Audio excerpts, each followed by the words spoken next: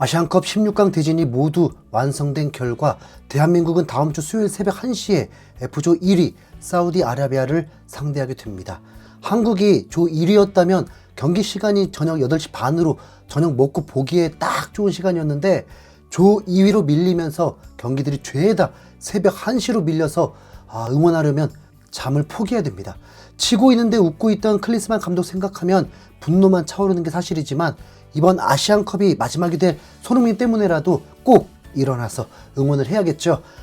조별리그부터 이렇게 스트레스 받을 줄 정말 꿈에도 몰랐습니다. 잠시 눈을 돌려서 이제 프리미어리그로 돌아가 보면 토트넘 대 맨시티 경기가 임박했습니다.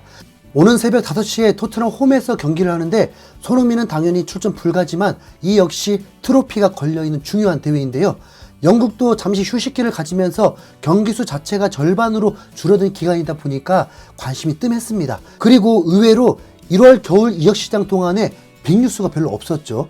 토트넘 역시 베르너와 드라구신 영입 이후에는 소강 상태로 조용히 있는 중이고요.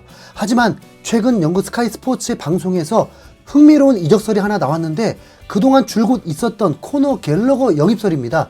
디 애슬레틱 소속의 데이비드 온스테인 기자는 스카이 스포츠의 트랜스퍼 토크에 출연해서 코너 갤러거의 이적을 배제할 수 없다. 첼시는 계약 문제 때문에 적절한 금액의 제한이 온다면 분명히 매각을 고려할 것이다. 여기서 적절한 금액이란 드라구신의 이적료인 3천만 유로 이상이다. 토트넘은 갤러거를 좋아하고 호이베르 같은 선수를 대체할 수 있다라면서 이적 시장 마감일 전까지 토트넘이 한 번쯤 갤러거 영입을 재시도할 수 있다고 밝혔죠.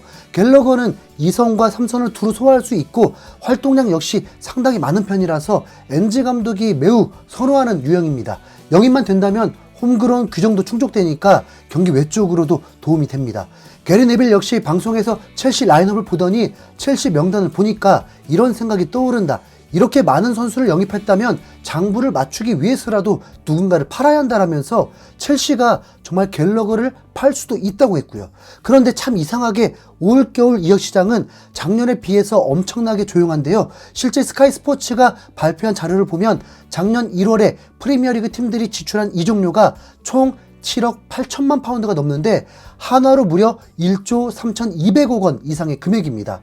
세계 최고의 리그라고 하는 이유를 아시겠죠? 하지만 올해 1월에는 겨우 3,460만 파운드로 작년보다 거의 96%가 줄었습니다. 이 돈 대부분을 토트넘이 쓴 느낌인데 유독 이번 겨울에 이적이 적은 이유는 뭘까요? 이 매체 분석에 따르면 최근 리그가 재정 규칙에 매우 엄격해지면서 모두들 몸을 사리는 분위기라고 합니다.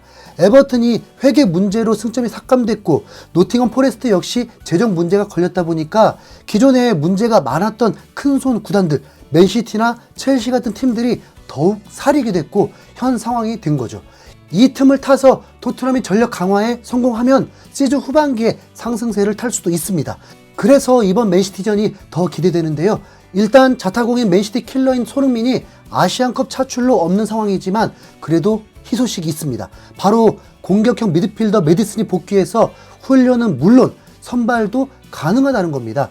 엔지 감독은 경기 전 기자회견에서 현 토트넘의 부상 상황을 총정리해주면서 클루셉스키는 질병에서 회복됐다. 선수들은 지난주에 4일 동안 쉴 수 있었다. 메디슨도 1군 훈련에 합류했고 주간 훈련을 풀로 소화했다. 벤 데이비스도 이제 막 훈련에 복귀했다. 로셀소, 솔로몬, 벨리스를 제외하면 모두가 1군 훈련에 합류했다라면서 유행하던 독감에 걸린 클루셉스키 포함 메디슨과 벤 데이비스까지 1군 훈련에 복귀해서 건강을 되찾았다고 밝혔습니다. 12일 동안의 휴식이 아주 긍정적으로 작용해서 부상에 시달렸던 토트넘 선수들에게 분명 큰 도움이 된 듯하죠. 메디슨이 훈련에 복귀한 영상도 공개됐는데 실내에서 스트레칭을 하는 표정부터 상당히 밝고 긍정적이었습니다. 야외 훈련에도 합류해서 다른 선수들과 같이 공을 가지고 하는 훈련도 소화했습니다. 분명 선발 가능한 거 맞네요.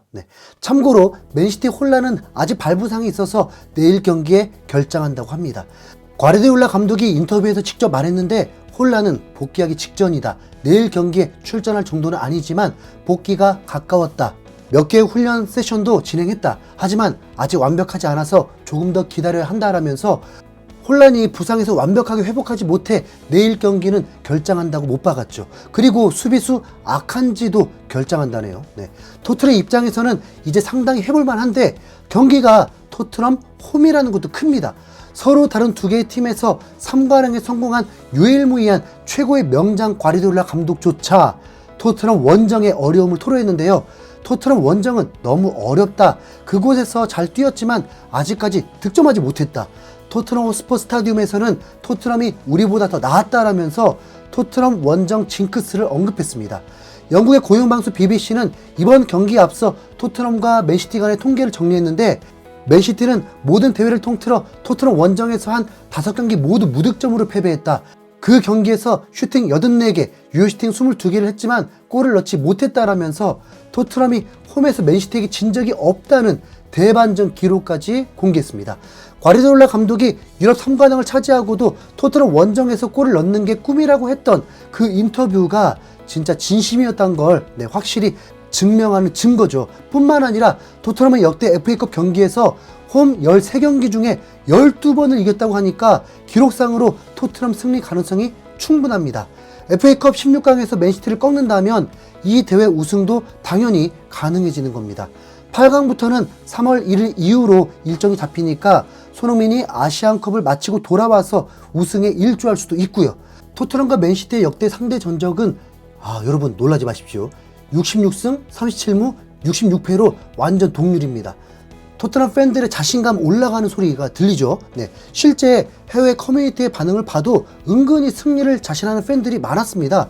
토트넘 가자! 왠지 모르겠지만 1대0으로 이길 것 같아. 메디슨이 복귀 전 어시스트를 하고 클루셉스키가 넣을 것 같아. 올 시즌 최고의 빅매치다. 소니가 없지만 메디슨이 돌아왔고 로메로, 반더벤, 드라구신이 있는 수비도 든든해. 우리의 캡틴이 있었다면 이길 확률이 더 올라갔을 텐데 아쉽다. 하지만 지금 토트넘도 강한 건 분명해. FA컵 우승을 노리자. 손흥민은 다음 주 수요일까지 경기가 없는데 잠깐 제트기를 타고 와서 맨시티전에 나오면 안 될까? 카타르에 있는 손흥민이 우리가 맨시티를 꺾었다는 소식을 듣고 지을 표정을 상상해봐. 메디슨과 클루셉스키가 돌아왔으니까 해볼만 하다. 과리돌라에게 씻을 수 없는 트라우마를 안겨주자. 과리돌라가 다시 한번 머리를 감싸주며 무릎을 꿇는 장면을 보고 싶어. 혼란이 관중석에서 분노하는 모습을 보자.